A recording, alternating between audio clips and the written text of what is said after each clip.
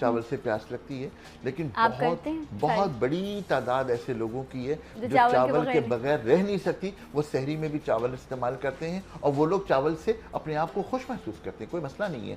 لیکن یہاں پر ایک چھوٹی سی بات میں آپ سے کہوں، جو لوگ گلوٹن کے الرجک پیشنٹ ہیں وہ کیا کریں؟ اگر وہ چاول کی روٹی یا چاول نہ کھائیں تو پھر کیا کھائیں؟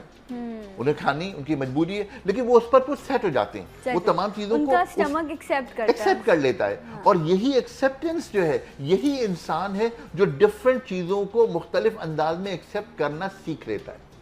اب دیکھیے نا، ہمارے روٹین کبھی ہو سکتا ہے عام زندگی میں، کبھی پاسبل ہے کہ ہم رات کو 3 بجے اٹھ کر کے جو ہے وہ صبح کا ناشتہ کریں؟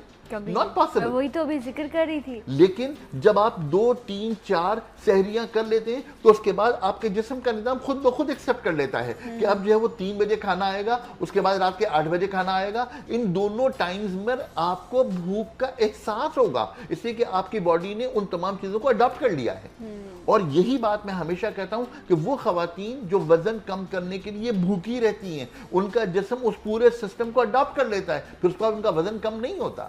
اور اسی طرح رمضانوں میں بھی اگر آپ اس طرح اپنے نظام کو رکھتے ہیں اور اس نظام کو آپ کا جسم ایگری کر لیتا ہے تو اس کے بعد تمام چیزیں پھر ٹھیک ہونی شروع ہو جاتی ہیں. اوکے، ویری نائس، زبردست ڈسکشن آغا صاحب سے ہماری جاری ہے. اور ایک بریک لیتے ہیں، بریک کے بعد انشاءاللہ آپ کو پھر جوائن کریں گے. سلام پاکستان.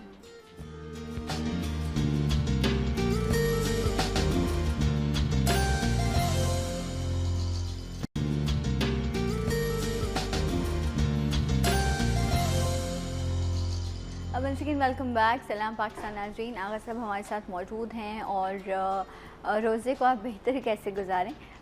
یقیناً جو روزے دار ہے وہ رب کے بہت قریب ہوتا ہے اور رب کی طرف سے اسے ایک ہمت، ایک طاقت ملتی ہے، اور یہ ایمان کا ہی تقاضا ہے انسان کے. لیکن پھر بھی ہم اپنی دنیاوی باتیں جو کر لیتے ہیں، کہیں سے کوئی چیز ڈھونڈ لی، کوئی جو ہے خاص طریقہ ڈھونڈ لیا کہ چیزوں کو بہتر کیا جا سکے. سب آپ بتائیے کہ آپ کی کیا روٹین ہوتی ہے ساری میں؟ آپ کیا لیتے ہیں ساری میں؟ ابھی تو 2-3 ہی دن ہوئے، لیکن یہ کہ میرے گھر میں تو پراٹھا لازمی ہوتا ہے. اچھا، اوکے. ویسے بھی میری زندگی میں پراٹھے کی بڑی امپورٹنس ہے. میں تو آپ ناشتے میں بھی ہمیشہ عام روٹین میں میں پراٹھا اور اصلی گائے کے گھی کے ساتھ وہ پراٹھا میری زندگی کی وہ ہے، ضرورت ہے، میں اسی طرح استعمال کرتا ہوں. کیا بات. تو سحری میں بھی وہی ہوتا ہے. اس کے بعد پھر یہ اسموتھی ہوتی ہے. اگر کوئی مزید چاہیں تو 1-2 گلاس پانی ہوتے ہیں، دیٹس آل، اور کچھ نہیں. لیکن آپ یہ دیکھیں، میں آج آپ کے ساتھ ہوں، پروگرامز ہیں، پھر اس کے بعد افطاری کا شو ہے، کلینک ہے درمیان میں. لیکن بالکل آخری مرحلے پر بھی آپ جب چاہیں مجھ سے بات کر لیں، الحمدللہ میں آپ کو بالکل فریش ملوں گا. ماشاءاللہ ماشاءاللہ. اس کا ویسے اس کا راز کیا ہے؟ یہ وہ دیکھیے سنا، بات بنیادی یہ ہے کہ آپ کا یہ سب کچھ مائنڈ میک اپ ہوتا ہے. بالکل ایسا ہی ہے. اور اگر آپ اپنے ذہن کو ایک پلان دے دیں کہ جی مجھے یہ کام اس طرح کرنا ہے، and I agree with my brain, تو میرے جسم کا ہر جو سیل ہے نا وہ اسی طرح کام کرے گا جو میرے برین کا فیصلہ ہے. اور ان تمام چیزوں کو مجھے ویسے ہی ڈیل کرنا ہے. اگر میں نے ویسے ہی ڈیل کیا تو ہر چیز بالکل ٹھیک ہے. اور الحمدللہ جس طرح ابھی آپ ذکر کریں، ماشاءاللہ سے 30واں روزہ ہے اور ہر شخص ہی اپنے حساب سے بہت کام کر رہا ہے. چاہے میں اپنی ٹیم کی بات کروں، یہ لوگ صبح سے آتے ہیں، مارننگ شو ہے، اس کے بعد ان کی کچھ ریکارڈنگز کا سلسلہ ہے، پھر افطار ٹرانسمیشن کرتے ہیں. تو صبح سے لے کر رات تک جو ہے کنٹینیوس ان لوگوں کا کام چل رہا ہوتا ہے. ہم لوگ بھی کام کریں. مہمان کچھ لوگ آپ کو اسکرین پر نظر آ رہے ہوتے ہیں، آف دا اسکرین نظر آ رہے ہوتے ہیں. باقی چینلز پر بھی رمضان ٹرانسمیشن چل رہی ہیں، ہم ان کو بھی سلام پیش کریں گے، وہ تمام لوگ جو کام کر رہے ہیں. لیکن بات یہی ہے نا کہ یہ ہمت ہے، یہ حوصلہ ہے اور یہ آپ کا ایمان ہے کہ نہیں آپ نے اس روزے کو نبھانا ہے اور وہ تمام چیزیں آج سب ہو جاتی. مجھے لگ رہا تھا، احساس ہو گیا تھا نا، شیطان آپ کو ہیمرنگ کر رہا ہوتا ہے، یہ تو بند گئے ہیں، شیطان ان کو جکڑ دیا گیا. لیکن اس مہینے میں اصل آپ کو نا اپنے اندر کی آواز کا پتہ چلتا ہے. اب میں کیا ہوتا ہے، افطاری کرنے کے بعد تھک چکے ہوتے ہیں پورا کام کرنے کے بعد، تو اندر سے ایک آواز آ رہی ہوتی ہے، کوئی بات نہیں، مغرب کی نماز چھوڑ دیتے ہیں، کوئی بات نہیں ہے. اب سحری کی ہوتی ہے، اس کے بعد یہ ہوتا ہے اب فجر کی نماز کوئی بات نہیں ہے، بعد میں پڑھ لیں گے، چھوڑ دیتے ہیں. اندر سے آواز آتی ہے. میں آپ کو اپنا ایکسپیرینس بتا رہی ہوں. اور وہ ایک کوئی کمزور لمحہ ہوتا ہے جہاں پر یہ فیصلہ ہوتا ہے نہیں کیا فائدہ ہوگا اگر نماز ہی نہیں پڑھیں گے؟ تو کیا فائدہ؟ اگر آپ بس فوراً اٹھے جا کے وضو کریں اور آپ نماز پڑھ لیں. میرے ساتھ باقاعدگی 2-3 دفعہ ایسا ہو چکا ہے. وہ کمزور لمحہ نہیں ہوتا، بہت مضبوط لمحہ ہوتا ہے. نہیں، وہ کمزور لمحہ ہوتا ہے نا. اگر آپ نے غلط فیصلہ کر لیا تو آپ چلے گئے، وہ آپ کی وہ کمزور لمحے نے آپ پہ جو ہے وہ حاوی ہو جاتا ہے. تو یہ میں آپ کو مے بی اللہ کرے آپ لوگ سب ایسا نہ ہوتا ہو، لیکن میرے ساتھ ابھی یہ 2-3 مرتبہ ایسا ہوا. لیکن میں نے کہا نہیں یہ تو کوئی بہکار ہے، اور اٹھو اور جا کے وضو کرو. اصل بات یہی ہے کہ یہی وہ جو کہتے ہیں نا الصلاۃ خیر من النوم، جو باقاعدہ صدا لگائی جاتی ہے اذان میں، وہ صدا لگائی ہی اسی لیے جاتی ہے کہ وہی شیطان کے غلبے کا وقت ہے. اور وہاں جو ندا ہے وہ یہی ہے الصلاۃ خیر من النوم، کہ نماز جو ہے وہ نیند سے بہتر، آؤ اٹھو اور نماز پڑھو.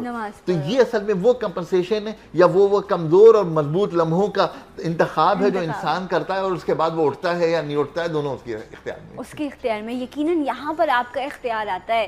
یہ ہے وہ سزا اور جزا کا کانسیپٹ جو انسان کو نفس دے کر اس کے ساتھ جوڑ دیا گیا کہ ٹھیک ہے اب ہم تمہیں یہ ہیمرنگ بھی کر رہے ہیں اور تمہیں عقل اور شعور بھی دیا ہے، اب تم کر لو جو تمہیں کرنا ہے. ہم تمہیں نیکی کی طرف بلا رہے ہیں، ہیمرنگ کرنے والا کوئی اور ہے، فیصلہ تمہارا ہے. یہ ہیمرنگ کرنے والا جو نا یہ بڑا خطرناک ہے، اور یہ آپ کو ایسے ایسے مزے کی آپ کو نیند کی خمار یاد دلا رہا ہوتا ہے اور پتہ نہیں کیا کیا. لیکن یہ دس از ریالٹی. آپ کوئی بھی سپر ہیومن نہیں ہے، ہر انسان کی زندگی میں اس طرح کی چیزیں ہوتی ہیں. تو ایز آپ کو یاد ہے بچپن میں کیا عمر تھی جب آپ نے پہلا روزہ رکھا تھا؟ روزہ کشائی ہوئی تھی آپ کی؟ نہیں، اس زمانے شاید اتنا سب کچھ نمائشوں کا تصور نہیں تھا. سوری، شاید لوگوں کو سخت لگے گا. ویسے تو مت بولیں، روزہ کشائی کرنا تو ایک ویسے میں وہ بات نہیں کری وہ لیوش سو کالڈ دکھاوا کمرشل کر دینا ہر چیز، بٹ پھر بھی ایک بچے کی حوصلہ افزائی تو ہے نا کہ مجھے پھول پہنا رہے ہیں. پہلے تو پیسوں کے بھی پھول ہوتے تھے، ہار آتے تھے نا، پیسوں والے ہار بھی آتے تھے. دیکھیے گھر والے بیٹھے ہیں، گھر میں کسی فرد نے روزہ رکھا ہے، بچے کو روزہ رکھوایا آپ نے، اوکے، شام کو آپ نے اس کے گلے میں کچھ ہار ڈال دیا، کوئی تحفے دے دیے، بچہ خوش ہو گیا، دیٹس آل. اگر اسی روزہ کشائی کو میں 150 لوگوں کو جمع کروں اور بڑے اس کے اندر تمام تقریبیں کروں، اور میرے قریب رہنے والے جو پڑوسی ہیں وہ بچے منہ تکتے رہیں، پھر وہ کیسا ہے؟ میری درخواست اتنی سی ہے. لیکن روزہ کھلوانا تو اچھی بات ہے نا، ان لوگوں کو بھی ساتھ لیں نا، پھر ساتھ لیں، بالکل ان کو بھی ساتھ لیں نا. پھر بات یہ ہے کہ ہم انہیں چھوڑ کر کے جو تقریبیں کر رہے ہیں وہ پھر کیسی ہیں، اور پھر اس مہینے میں جس مہینے میں اللہ سب سے زیادہ راضی ہو جاتا ہے، آپ کے ہر عمل کو وہ کرتا ہے، 70 گنا زیادہ آپ کو ثواب دیتا ہے. تمام چیزیں کرنے کے بعد وہاں پر چھوٹی سی غلطی کہیں ہم میرے سارے اعمال کو تباہ نہ کر. تو متفقہ رائے یہ ہوئی کہ روزہ کشائی غلط نہیں ہے، لیکن جو ہے اس کا طریقہ، اس کی آرائش آپ کیسے کرتے ہیں، اس کو آپ اس تہوار، کیونکہ ہم یہاں پر یہ بات نہیں کریں گے کہ آپ روزہ کشائی جو ہے، کچھ لوگ کہتے ہیں کہ ہمارے یہاں اس کی بچے کی جو ہے وہ پارٹی کا لفظ از ناٹ گڈ، یہ آپ اس کے ساتھ نہیں جوڑ سکتے. اس کے لیے باقاعدہ ایک لفظ تجویز کیا گیا جو کشائی کا ورڈ ہے، آپ اس کو استعمال کریں روزہ کشائی کے لیے. آپ ضرور کریں اپنے بچے کی، اس کو احساس دلائیں کہ وہ اب اس لیول پر آ کر کھڑا ہو گیا جہاں اس کو روزے رکھنے ہیں. لیکن ہاں، دکھاوا یقیناً نہیں ہونا چاہیے. جو مجبور ہیں، جو اس طرح کی ضرورت مند ہیں، آپ ان کو شامل کریں تو ایسا وہ زیادہ. ہاں، آپ اپنے گھر میں تقریب کریں، اور جو زیادہ آپ کے پڑوس میں، آپ کے قریب کوئی بچے ایسے ہیں، کچھ لوگ ایسے ہیں جو واقعی پانی سے روزہ کھولتے ہیں، ان کے پاس کھانے کے لیے اور کچھ بھی نہیں ہے، کیا وہ حقدار نہیں؟ بے شک، بے شک. اور جس طرح آپ نے شروع میں ایک بات کہی تھی کہ جب روزہ آپ کھلواتے ہیں تو آپ کو بھی اتنا ہی ثواب ملتا ہے جتنا روزہ رکھنے والے کو ثواب ملتا ہے.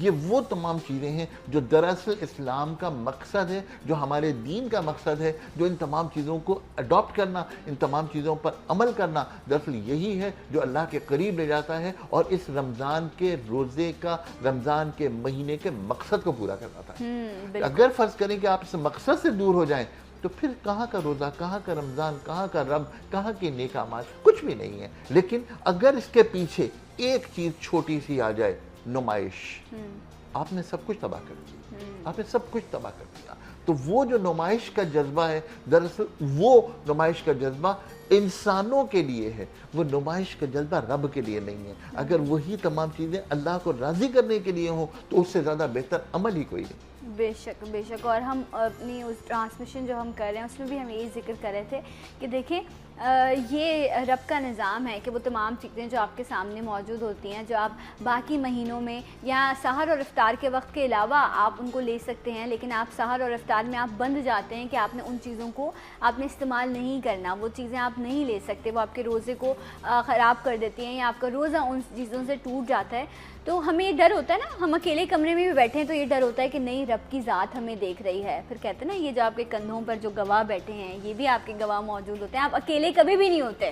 یہ میں اس دن پڑھی تھی، میں بڑی وہ ہوئی حیران۔ ویسے تو کہتے ہیں رب شارک سے، حقیقت ہی یہ ہے کہ رب ہر وقت آپ کو دیکھ رہا ہوتا ہے، لیکن اس کے علاوہ بھی جو آپ کے کندھوں پر جو بیٹھے ہیں فرشتے وہ آپ کی گواہی لکھ رہے ہوتے ہیں۔ جو آپ کا جسم ہے، میرے ہاتھ، میری زبان، میری آنکھیں، میں نے کیا دیکھا، میں نے کیا بولا اور میں کس سچویشن میں ہوں، یہ تمام چیزیں گواہی دیں گے۔